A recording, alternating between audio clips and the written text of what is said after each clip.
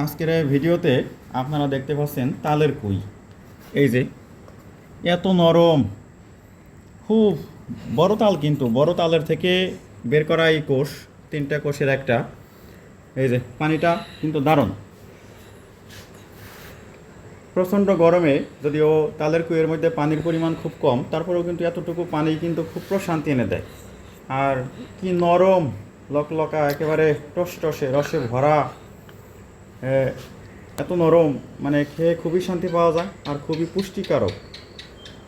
এই তালের কুইয়ের মধ্যে কত সব পুষ্টি উপাদান রয়েছে তা আপনাদেরকে আমি এখনই বলে দিচ্ছি।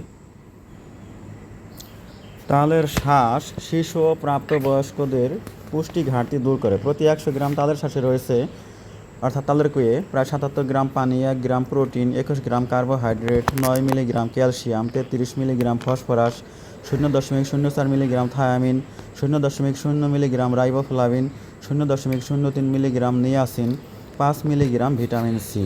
ভিটামিন ও খনিজ লবণ সমৃদ্ধ তালের কুই বা তালের শাঁস, যারা ডায়েট ফলো করছেন বা ডায়াবেটিসে ভুগছেন তাদের জন্য অন্যতম উত্তম ফল হলো এই তালের কুই। অতিরিক্ত রোদে বা গরমে ত্বকে বিভিন্ন র্যাশ বা অ্যালার্জি দেখা দিলে তালের শাঁসের খোসা লাগিয়ে দিলে উপকার পাওয়া যায়। সানবার্ন থেকে মুক্তি পেতে হলেও তালের শাঁসের খোসা বা তালের শাঁসের প্যাক লাগালে ভালো কাজ দেয়। বাকি বিষয়গুলো লিখে দিলাম। দারুণ দারুণ। এতক্ষণ পুষ্টিগুণ সম্পর্কে আমি যে বললাম, আপনারা শুনলেন তো। আপনারা এত কিছু জানার পরেও এত একটা ভালো একটা খাবার অবশ্যই খাবেন।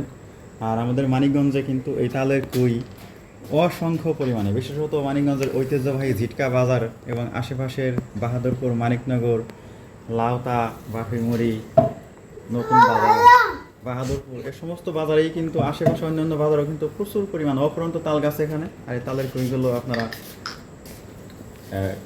খেলে খুবই মজা লাগবে, এত মজা পাবেন বলাই বাহুল্য। তো ভিডিওটুকু কেমন লাগলো অবশ্যই লিখে জানাবেন, শেয়ার করবেন, লাইক করবেন, কমেন্ট করবেন, চ্যানেল সাবস্ক্রাইব করবেন। ধন্যবাদ সবাইকে।